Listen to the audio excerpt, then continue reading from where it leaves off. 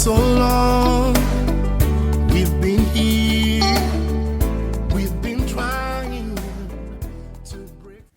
Hi there, and welcome to another interactive and fun-filled Springboard Hangout. Your Springboard Hangout is your interactive and fun-filled program that seeks to enable us to learn, as well as hang out with friends that are in high places, and we learn so much from them. My name is Comfort Okran. For today's hangout, I can tell you that we are in the, you know what they call the ESCO, the next to the chief executives. That's the areas that we are working with.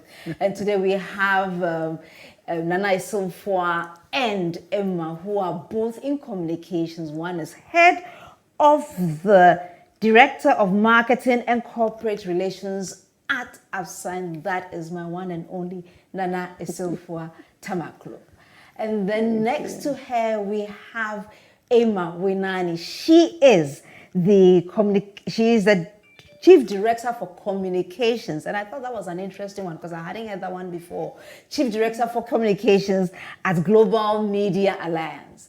The conversation is all about marketing, about PR, about communications, so don't go anywhere. If you have a friend who wants to be in that field, tell him or her to come on. And if you do have a business where you're wondering what's the next gig that you must do to enable your business have the top of mind among your clients, this is the place to go. Therefore, I invite you. Do let us know where you're watching us from. Also share our page with others. And most importantly, please don't go anywhere because we'll be right back. For so long, we've been here, we've been trying to break. Welcome back. And I'm sure you were wondering, what was that about? Well, last week, you remember we had the Springboard virtual convocation. And during the convocation, one of our sponsors, Enterprise Group, gave a whole laptop, and somebody was supposed to win it by downloading the app and answering some questions. And indeed, that was our lucky winner. He came by the offices today to receive his prize. So next time when you're having a Springboard virtual convocation or in person, don't forget to enter into the program of how to win the prize, because you may never know.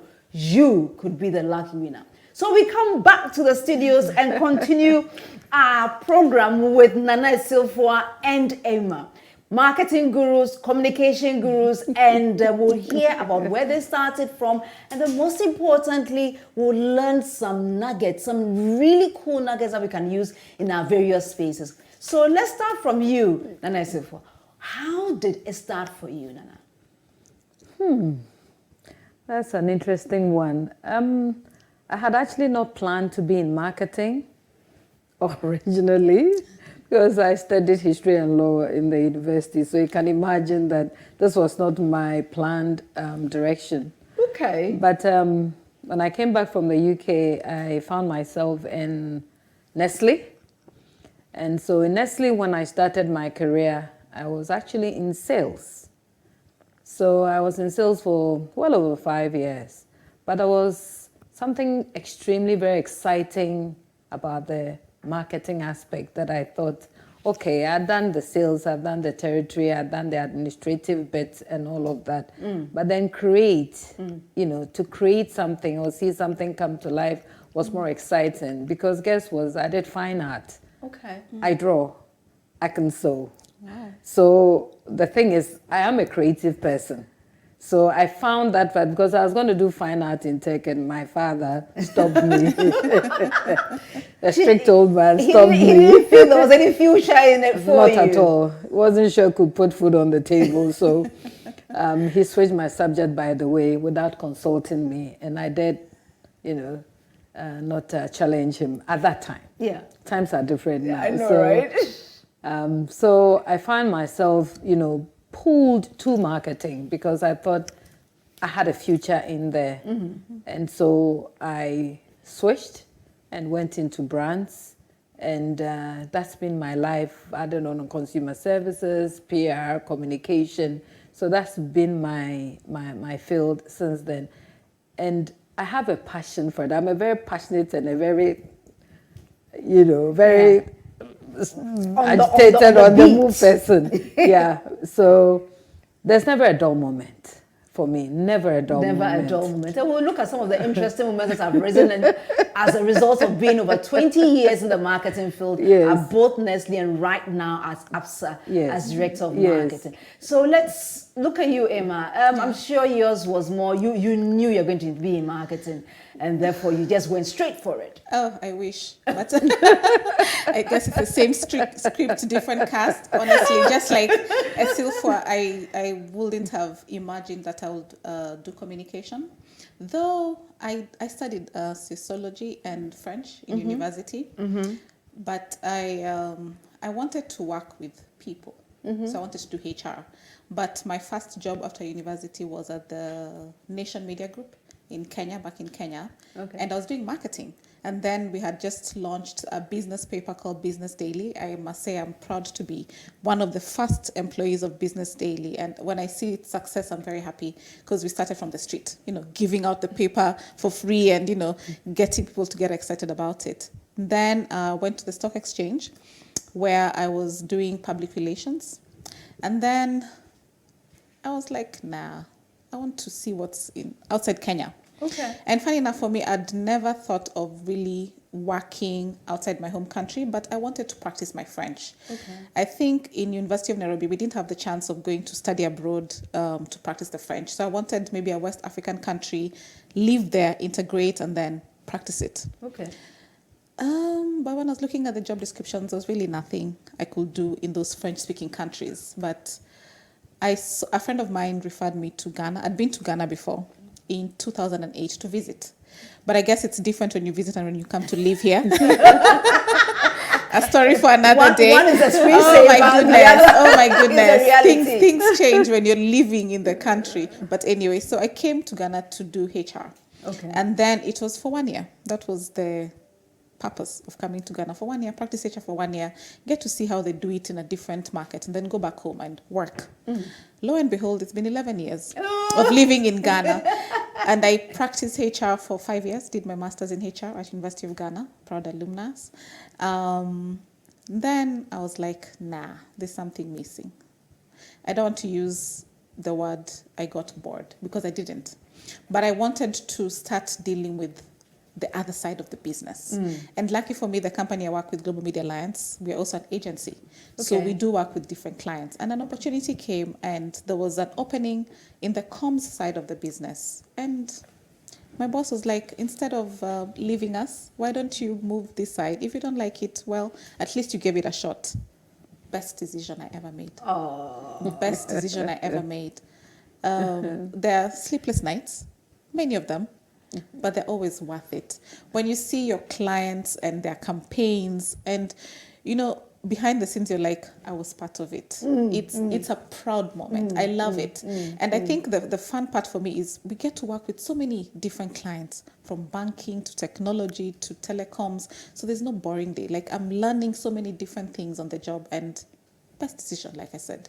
I don't regret it at all. Best decision. I'm sure you can even say it for 1,000 times. Times a million. You'll still go through it. Wow, best decision. So we have, but you know, the funny thing, interesting thing. So far, we've interviewed about, on this series, particular series with the Women on the Go with EWN, or Executive Women's Network.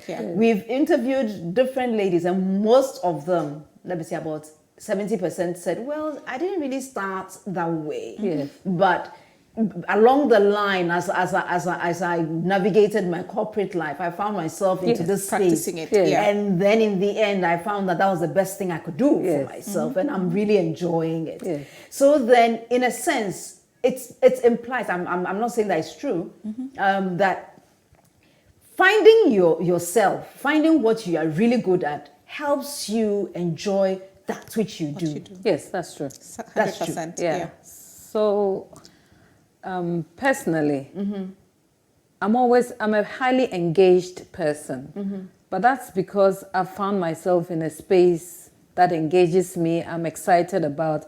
As I said, I started in the sales area, in the But I realized it wasn't as exciting for me. But then the opportunity to create, and you know, especially starting my career in a place like Nestle, where you're doing consumer marketing. You know, now I'm doing services marketing. But in consumer marketing, they're tangibles. Yeah.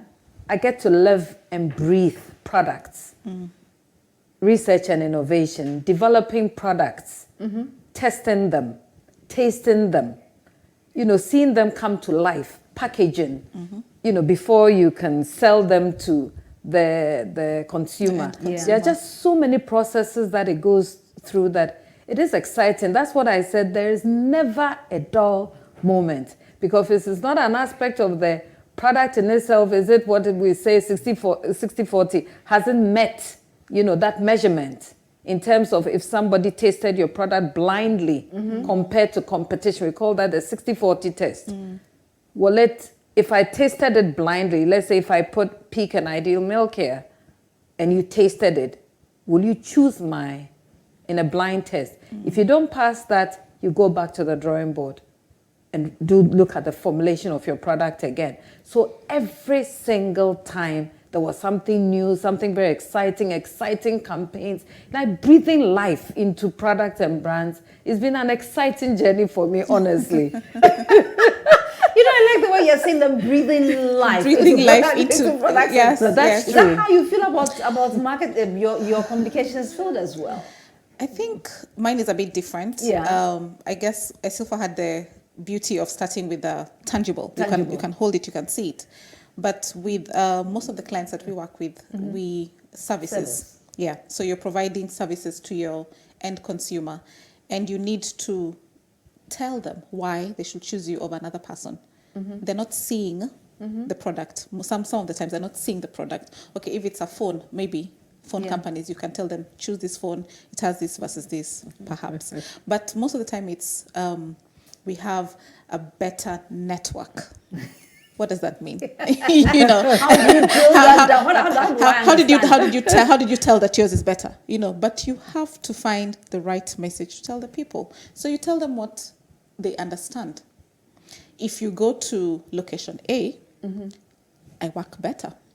So it means my network is good. I can be able to, if you're sending, let's say, money to a different, you can see that I'm not charging you. So of course you can see that it's free. Or if you use my digital channels, if for example the client is a bank, it will be hassle free. And I mean, right now, who wants to walk into a banking hall? We call it the soft life. We like easy things. we want easy. We want easy. Nobody wants to be stressed, seriously. So they can be able to tell such things. So for me, honestly, it's the different aspects of each industry that excites me, such that on a different day, I would have dealt with, let's say, 6 different brands, 6 different industries. I would have learned a new thing. Today, I've just learned about the 60-40 rule from Essilfuah, which I didn't know. So at least tomorrow when I'm having a conversation, I can tell people, you know, there's this 60. I love that. There's this 60-40. And, you know, so you're learning different things every day as you go along them. And that's, for me, is the fun part, the exciting part. Yeah. Fantastic. And I also learned the 60-40. I knew there was blind tasting, but I wasn't sure. I didn't know 60% of what your percentage. Exactly. I didn't know what the percentage was as well. Just like now I know. Yeah. When they do blind tasting. Yeah, so if you get an 80%, then you are through the roof. 100. Yeah. Ready to hit the market. Is it possible to get 100%?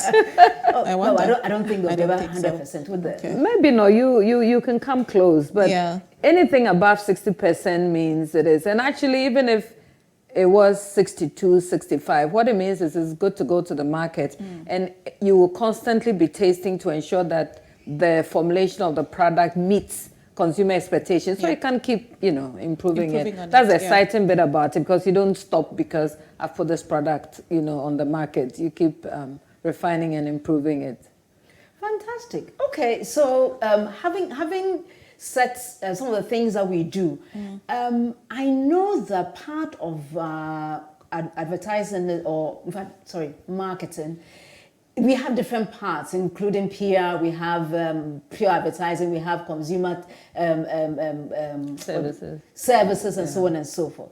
Now, if we decide that we are going to, we want to stay with the service marketing and we go to our clients, how do we ensure that the advertisement or whatever we bring out will tell the story about the value of what our product brings to them? Okay, so Comfort, I call myself a storyteller because as a Storytelling. Yes, because as a brands person, what really do I have to tell you to have a preference of my product over competition? It is what I'm telling you about my product or my service. That's the story I have to tell you, and that's what I'll craft in my message. And my message will have to give you the benefits or what I call the raison d'etre, the reason for choosing my product over another, company's product. Yeah. And therefore, there'll be, some variables. What is this product or service that I'm offering to you? What is it going to do for you? Now, how have I crafted it such that when you read that message, you're able to immediately think, okay, I think this would work for me. And also, I'm not going to share the message only on one medium. That's the thing about branding, the consistency in ensuring that there's alignment with all your channels. What I say internally, because don't forget that my internal colleagues actually are my first brand advocates. They are my brand ambassadors first. Yeah. So what am I saying internally as an organization? What am I saying to my external, customer through pure advertising? And then when it comes to even my thought leadership platforms, what am I saying? How am I representing that service or that brand? And then to my PR, what am I saying there? So all my channels, I must speak with some consistency so that if you're a consumer, you find me consistent enough. The question is only not the message. Okay. When I say that I'm promising you this, what are my proof points? When you use that service, is this going to meet my brand promise? That's the proof point. That is a proof point. Yes. So it means that all my communication, if when I go to an Absa branch, Yes. and you tell me that your products, when I go there, let's say you have a new product and this product will make me rich, and when I get there, I don't. Actually, After using it for some time, proving it for some time, it my doesn't work. organization promise is bringing your possibilities to life. And then my brand promise is to helping you get things done. So with that helping you get things done, I must use my products and my services to help you, Comfort, get things done. Now, so when you experience any service, including going to school or maybe opening a new branch or something like that. Yes. That's your brand promise. And I've gone Yes. there, I've saved with you. Okay, so but because you always keep your promise, I know it would work. So Emma, in this case, she has promised us, that she'll get things done for us. Yeah. And then someone goes there, and unfortunately there's a disconnect between the service that was provided for whatever reason and the person. Let's say, nowadays we have a lot of digital marketing, we'll talk about that later. Yeah. How do you, I'll presume that she's your client, let's presume she is your client, how do you then help her get the promise and the action together in your space? So she has this product, she has these services, and she has various consumers, or let's call them audience. It's different audiences that you're reaching out to. So, not one product or service is for everybody. Yeah. So you need to understand your consumers' needs. Definitely, there's a reason why Essilfuah has launched a particular product, because she has done her research and realized that it's needed. Yeah. However, not by everybody. So it means she will also have to have another product which will meet the needs of other people. So one, is it meeting everybody's needs? In the messaging, how are they receiving the message? And the people who are, not everybody can, let's say, see it on social media channels, see it on TV or hear it on radio. There are people who believe in watching it on TV, but it's not everybody who can hear what they're saying. So for example, if there's an advert showing on TV, how is the consumer receiving it? You know, sometimes you're watching an advert and you can just, even when you mute, if you remove the volume, you can see how happy the people are. Yeah. You can say, oh, it means it's a good product. Just by that happiness that they're exhibiting, you can see it's a good product, right? Mm-hmm. So it means that there's something that you want to try. Who are the people speaking for you? Sometimes we believe a lot in, if Comfort is using it, Comfort is my friend, let me give it a try. Word of mouth. Okay. Your ambassadors, brand ambassadors. Yeah. I know you said we'll talk about digital later, but we're coming to the end of, you know, like ambassadors, and that's why we are saying people should be able to promote your product so that if somebody who is influential speaks about why I should drink this coffee over this coffee, I'll be able to do it. You know, so who are you using to reach out to these people? So she said different channels, and these are some of the channels that we will advise if Essilfuah is our client, that let's adopt various channels, because we have different consumers. We have people who are in the rural areas, they will not understand our advert in English. Let's say it to them in the language they understand, so that, you know, like it's in the local language, it speaks exactly to them, and they know exactly what they want. So that's another medium. Taking your advert to the right people in the language they understand, with the visuals that they want to see, with the excitement that they are receiving it. So I think that is what I would advise her to go about it. So then, one of my key takeaways from what you just said is to say that understanding my consumer, when you're marketing your goods, understanding my consumer is really very important. Key. Yes. In making sure that my message is good to go. Yeah, That's you're true. Going to say something. And I'll tell you a story. Okay. About this.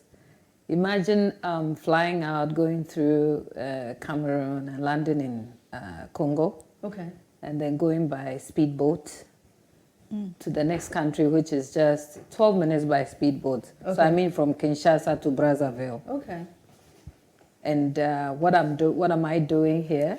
I'm actually going into people's homes, doing pantry checks. Pantry checks. Yes, and I'll tell you why, about the power of having good consumer insight. Okay. Going into people's homes, looking at what we call the LSM, the Living Standard Measurement, and seeing if I'm dealing with the fives. How do they live? What do they keep in their refrigerator? What do they keep in their cupboards? How do they eat? And I spend whole days with families. I go to the market with them. I want to see their disposable income. How do they shop?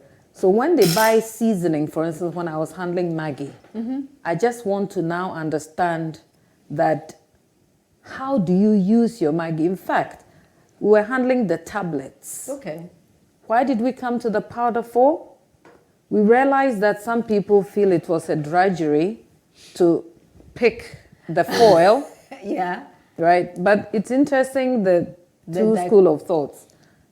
So they prefer the granular one, that's the powder, so they can just use a spoon to scoop. Then you realize that when you have the insights about the choba owner, they count because they don't want pilfering. Yeah. Okay. And therefore, the tablets work, so they know once they take the pack that is 60. They can It will last for this long. Or they can give it to the girls and then they know they can count. So I'm just telling you about the power of having consumer insight, because I was also partly responsible for R&D. So I was doing a lot of trips into Cote d'Ivoire. But I was going into Kenya because we're going into Congo because we're going to launch there. No, actually establish a factory in there. But we wanted to understand how the typical Congolese woman, especially in Brazza, just cooked. And it was interesting what I found out, Comfort, that when they have breakfast with the man of the house at about 8:30, 9, and he goes off to work, nobody in the family eats until he's back from work. Seriously. I am Lubumbashi. The whole day? Is on the English part and the Well, that's borders. the whole day because he's out of the house. Wow. Yes, but that's culture, and so then you understand how they cook. Yeah. So they Yeah. spend the whole afternoon. The woman goes to shop, brings the ingredients, and start the preparation. By the time the kids come from school, and it's waiting close to the time where the husband comes and cooks. And so you want to understand how do they use your product. That's the only way I can now message properly Yeah. to such a woman, because I know how she uses the product When she uses uses it, and then also things that over my time, I'm just happy to have been across this journey because I've learned so much. Consumer behavior, shopper insight, just standing in a shop all day observing shoppers' attitude. Those who pick the box first, the full, look at it, take the smaller SKUs and look, probably comparison of price and say, let me put a big one down, let me take the small one. And after when you interview them on their exit, yeah. then you realize there's a price point thing. I can't afford the 60, let me buy maybe the SKUs 20. of 20 or 10, and I'll come back later. for the other one. You know, so this is the power of having good consumer insight. It helps you tailor-made your products, you know, and messaging right to your audience. Ladies and gentlemen watching us today, it's my privilege to bring to you Nana Essilfuah, Tamakloe, and Emma Wenani. They are telling us one of the things that is my key takeaway for today is that I have to know you so well.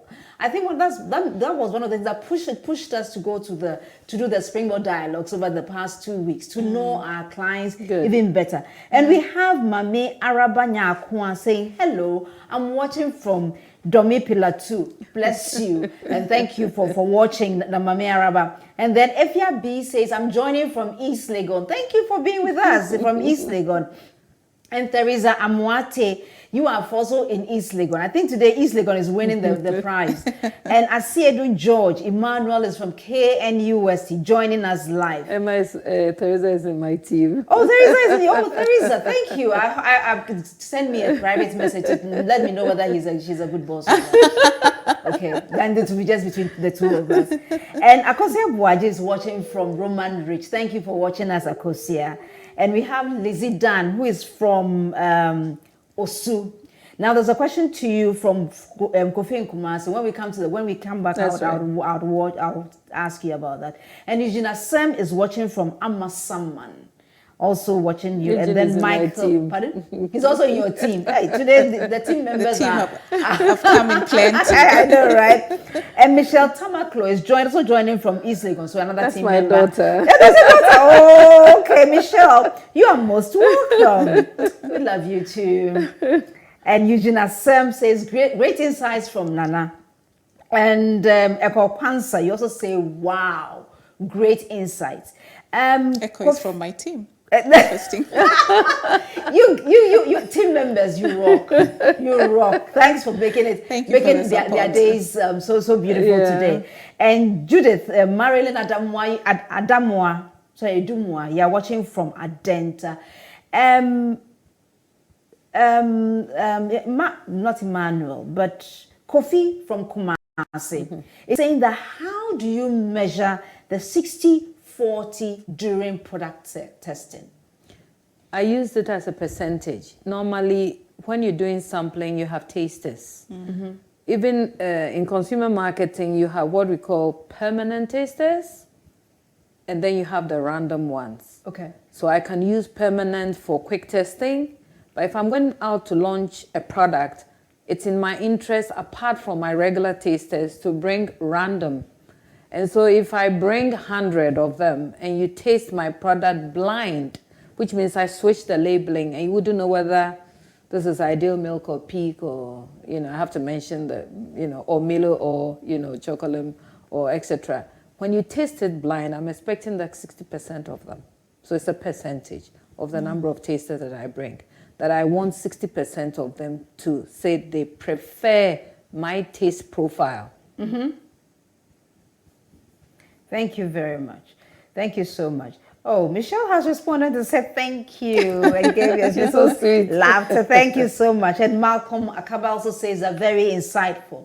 Right. At this moment, if you don't mind, please stay there, call a friend. But we're going for a quick break, and we are going on a game changer break. And when we return, we'll give a quick comment about that. Please don't go anywhere. We'll be right back.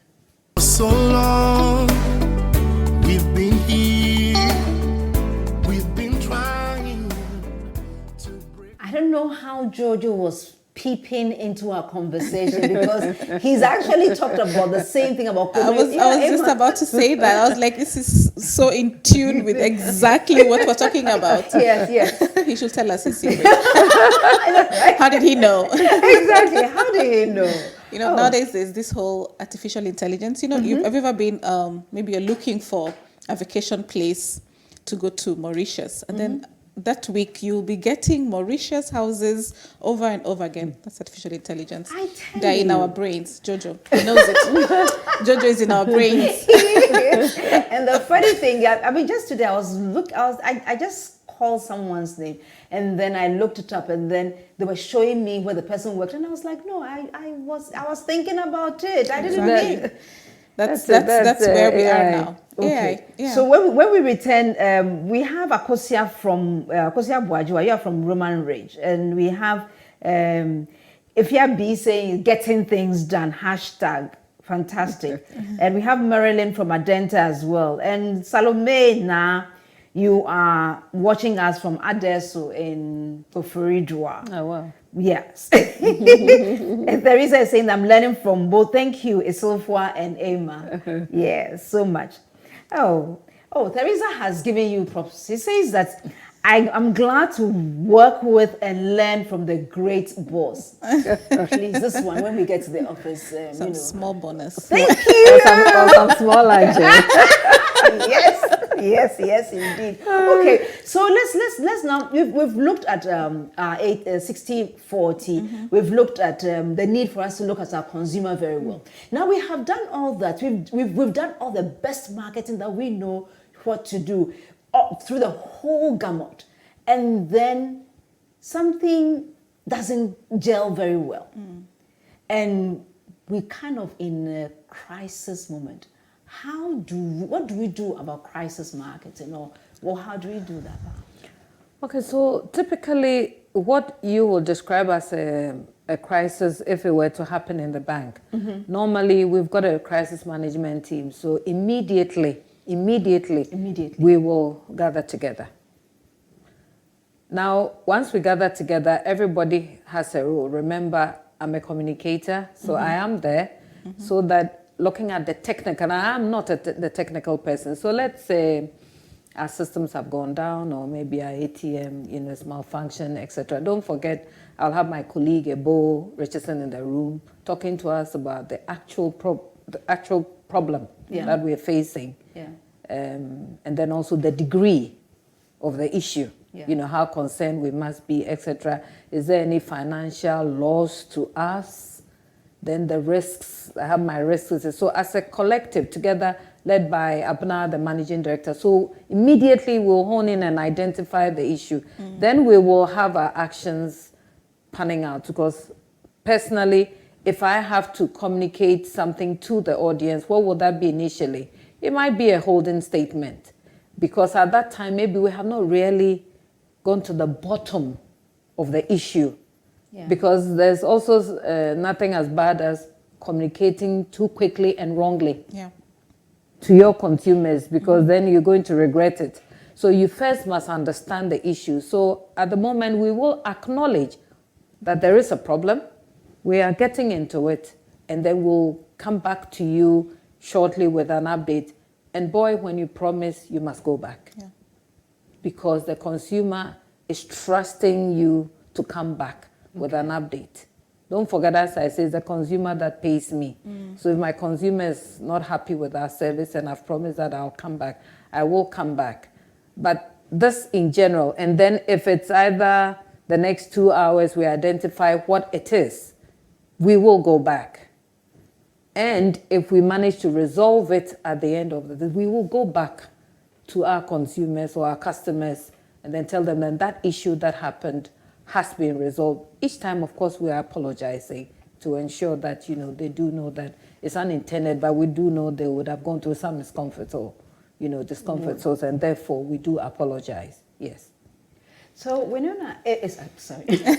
And interestingly, Comfort have simplified it. Normally in the room, you have it's so all the different. heat is so different, You feel the heat. The heat is coming from all places, angles. Because especially in my space, once all decisions have been taken, now you go craft and move. Yeah. So do you understand how when everybody has finished loading you, this is the actual issue, this is the technical issue, this is you go craft so that we go on. So now that's where you must be able to ensure that the various consumer points are touched. That's right. With the right messaging at That's the right. right So time. you might do social media to ensure that the audience that consume information on social media. And anyway, now social media is such that with all channels, even when you use it, you will want to be on social media. Yeah. Because if a damage is going to happen to you, the greatest, you're going to find it on social media because you cannot control conversations.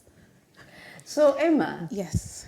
she has attempted to wrap us.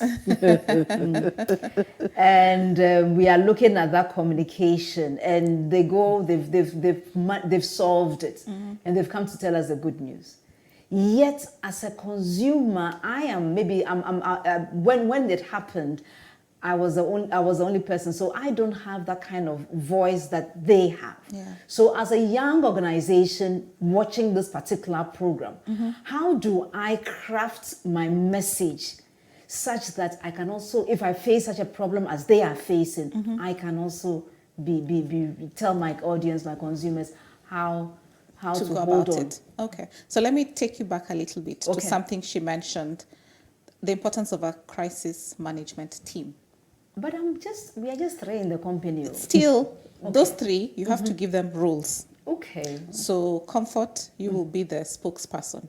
You are the only one who will speak to the media. Essilfuah and Emma, you won't speak to the media. Emma, you will deal with the internal employees. Let's assume we are 10 at least. No. We're still three. We are not going Okay. about We are still three. going to be three. Okay, so the It's a internal lean team. It's a very lean team, clearly. Okay, so I will deal, let's say, with the internal. So the three people, let me just simplify it. Give each of them what they're supposed to do. Okay. But it should be very important that there's only one spokesperson who is trained.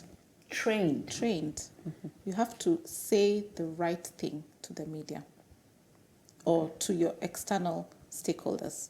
Your stakeholders could be the media, your shareholders, your consumers, people who are passing by could be your stakeholders, right? Yeah. So you want only one person because there's always that tendency of having different messages.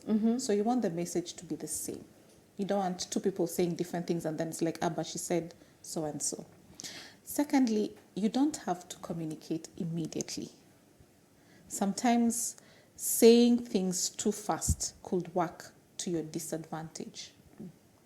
Weigh the situation. There's something we call a risk matrix. So if the risk of not communicating is high, then you might have to say, okay, so how do we communicate? If it's low, it means you have more time to communicate and therefore you can vary the angles that you take, right? Sometimes saying nothing will also just make things a little bit better. Now you, the consumer, you have seen that there's something wrong with company X that you're a consumer of, and you're wondering why they're not saying anything to you, and you're worried about it. Yeah. The reason why you're a consumer of company X perhaps is because you have used them over the years and they have not disappointed you. Fantastic. Sometimes it's not easy to avoid crisis. Crisis can come from different angles. You have competition. They can build crisis for you. So if I have served you for a long time and you trust in what I'll be able to do, why not? Your customer relations, when the consumer calls company X, what are they going to be told? Will they be spoken to in a way that they will understand that we're trying to deal with this issue? Or will they be told, we'll get back to you? We'll get back to you is very vague. Will you get back to me tomorrow? Are you telling me you don't know what is going on and therefore, so that can actually aggravate the situation. Yeah. So even that message, when people start calling, what is happening? is so important. Remember when we had the banking crisis in Ghana Yeah. a while back? Yeah. And, you know, Bank A is being closed. Now you're wondering, is mine next? Yeah. Should I go take my money Yeah. and remove it from this bank? And, you know, the governor said, no, we are doing everything possible to ensure that your money is safe. That was important because keeping your money with you is not safe. The place where you're keeping it is not insured. But here is a stakeholder who has come and said, this is what is happening. We're going to ensure that your money is safe. That gives you some sort of comfort. Yeah.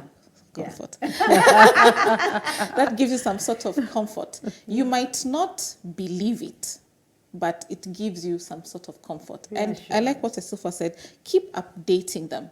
Okay. When there's a crisis and then you go silent, especially when you make the first communication, it means there has to be continuous updates until it is resolved or until the matter has reached a point where the consumers feel comfortable and they're okay with it, you know. And if, you know, there are certain consumers that you know you need to actually speak to them one-on-one, it's necessary. So, let's bring this home to, let's say, a wache seller Okay. who, for some reason, somebody puts the wrong thing in the food, and there's, let's say, an upset tummy. Food poisoning or something. Yes, food poisoning. In this case, the wache seller, seller's clients are from desperate areas. You may not even have access to them. Yeah. How can this wache seller Know what happened? who to contact to say that you had this problem from my meal? Forgive. Well, that might be a difficult situation, but what they can do, why can't they put a poster on their, let's say, kiosk? Yeah. And say that on this date, we got a few complaints from some of our consumers who bought the watch and they said that they had XYZ and they got food poisoning. We've looked at the matter and maybe we've seen that perhaps there was something wrong with the food. What we're going to do this Saturday, we'll give you, we won't give you free wache, but we'll give you, once you buy wache, we'll give you gari for free. Okay. You know, something to spice up and let them know that you care. Okay. It's better than, no, it wasn't my wache. Are you sure you didn't go and buy somebody else's wache?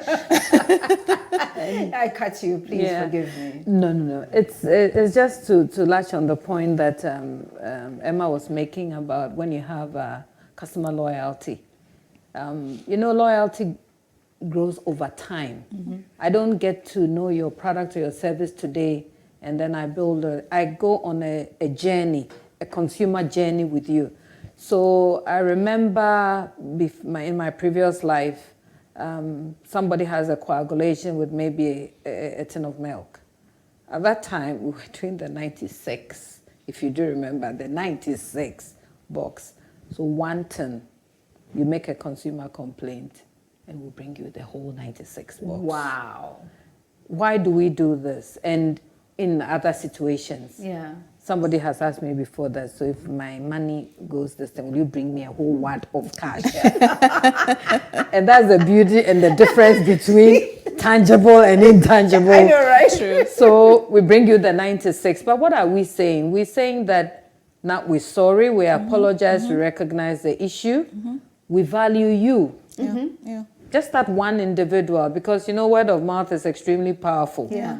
So we say we're sorry, we do recognize the issue, and to make amends.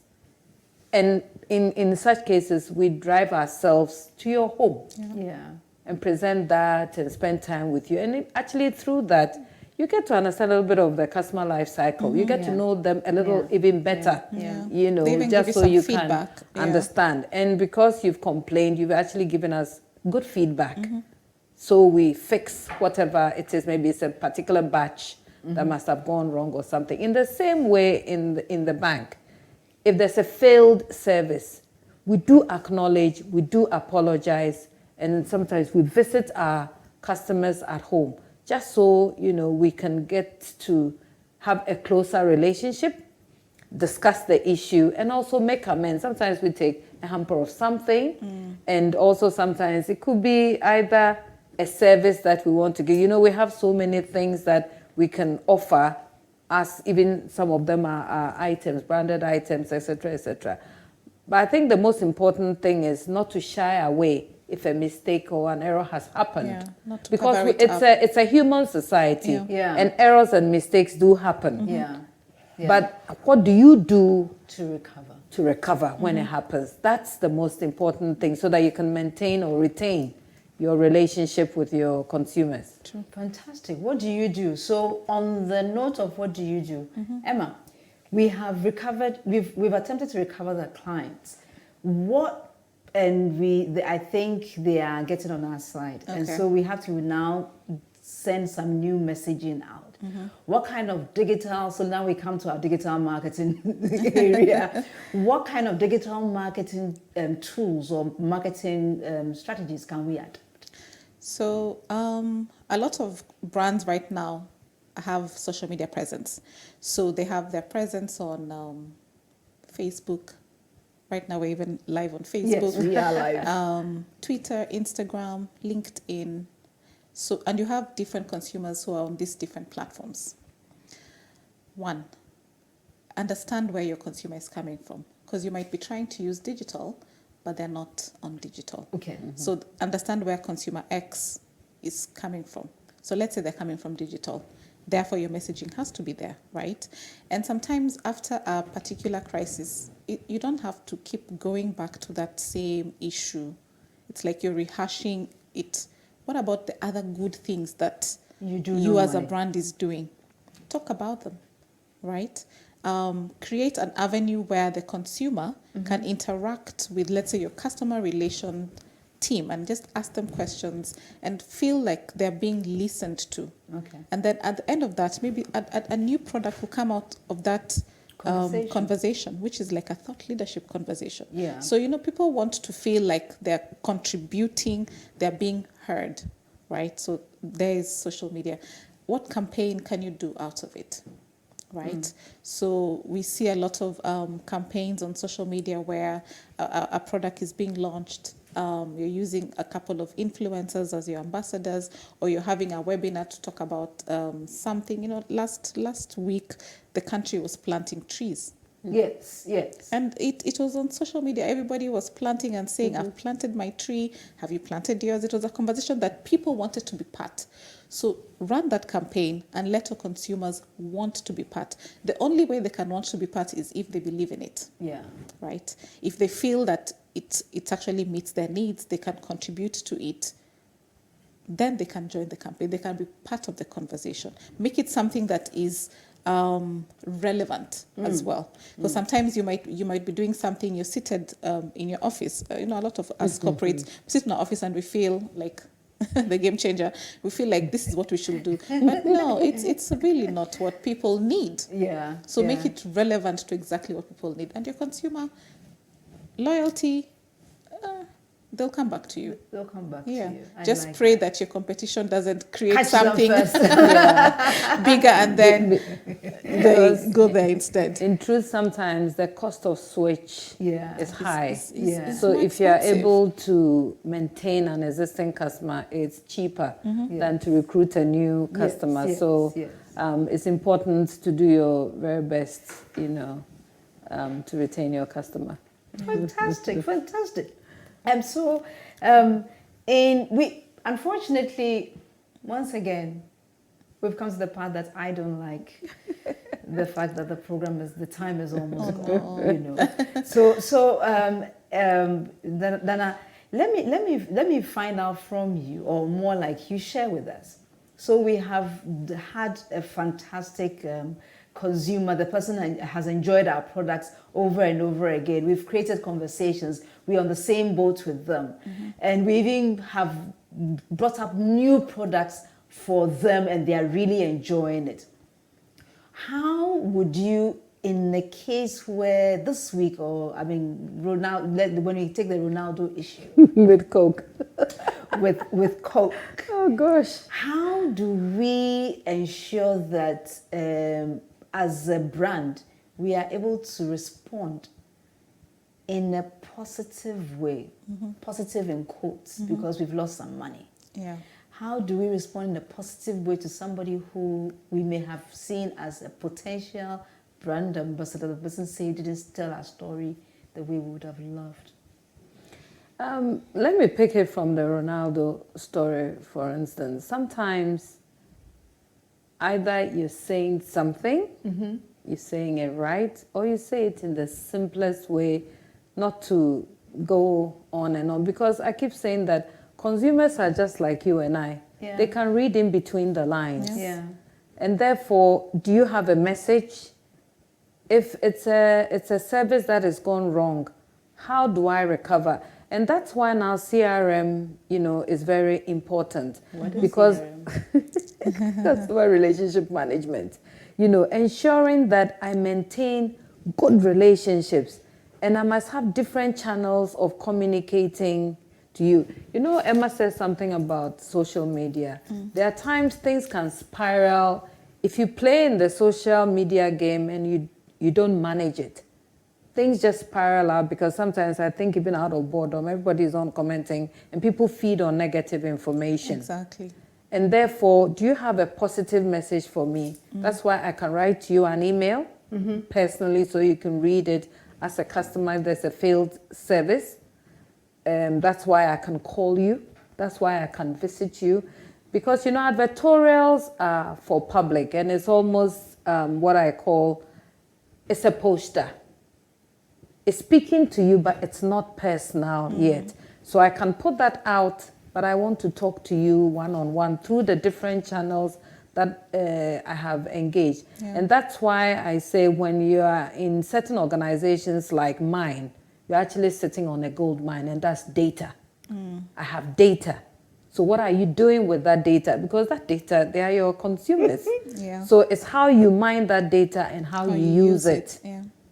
And you can use it to your advantage so that you stay very close to your customers. True. We must use our data to our advantage. So, Yes, Emma, it's a gold mine. It's a gold mine. Emma, as we mine our gold here on the Springboard Hangout, what will be your final words to our consumers today? To our consumers, Or to our viewers? to our viewers, okay. Our viewers can be both the brand and the consumers. So let me start with the brands. I think I can't emphasize enough the importance of knowing your customer needs. Okay. Yeah. And going back, you might have known their needs in January. In June, they might have changed. Unfortunately, it happens. So you have to keep your R&D going. People change their minds on certain things, so it has to be going. So know your customer needs. For the consumers, don't be afraid to contribute to, sometimes we get these surveys that brands are trying to push out, and we feel, they're just disturbing me. Don't be afraid to contribute to it, because your thoughts matter. This is, you always see it and you're like, but this is very important, because when we contribute our thoughts, it helps the brands become better at what they do. Exactly. So 2 things. Know your consumers, and consumers, when they ask us, let's give our thoughts so that they can be used to make better products for us. Exactly. Emma, any final words from you? Sorry, Essilfuah. Yeah. Okay. So typically for us in brands and marketing, we are now not even necessarily waiting only to hear from you. What we're doing is to actually studying your trends, your habits, and your behaviors, because we must almost be ahead of the curve. Okay. We must anticipate what you're going to need, in the next couple of years, to ensure that by the time you even realize you need it, we are there. Something. So you see, I've come back once again to consumer insight. It's important, whether I'm doing it now or I'm trying to work ahead of the curve, is very, very important. And also building a brand is not just the logo, it's actually living that promise, and the proof points is what I can really give to you so you believe in it's not the mark, it's not the logo, it's not the tagline. Once I share tagline with you, do I have the proof points to make sure those taglines are true and are actually meeting your expectations? 20 years in brands and marketing put together. You've got almost 30 years here, and there's so much we have learned from the two of you. Thank you, Nana Essilfuah, for coming, and then thank you, Emma. Thank you for also having us. for making Thank time you for having us. And thank you, EWN, for giving us such wonderful ladies to learn about marketing and communications from them. I would like to thank you for joining us today as well. I mean, we've had a great time. Don't forget to join us on Sunday when we first will be watching this on eTV again. Please join us during that period. And also, Alberts will be coming your way with the top 10. And this time, the final edition has the one and only, the life of the guitar band tradition, Ejakonimo. He'll be sharing his first part of his top 10 with us. Don't miss that edition. It promises to be so exciting. And my production team, thank you so much for being phenomenal as well. For those who would like to get in touch with me, please don't. My number is 0544315161. Or you can join me on my social media handles, Comfort Ikran A, either on Instagram or Facebook or Twitter. And you can also send me an email at comfortokran.a. So till we come your way again next week, be phenomenal as always and have a fantastic week. By the way, as I said, next week is my birthday. So we will have God bless you and good night.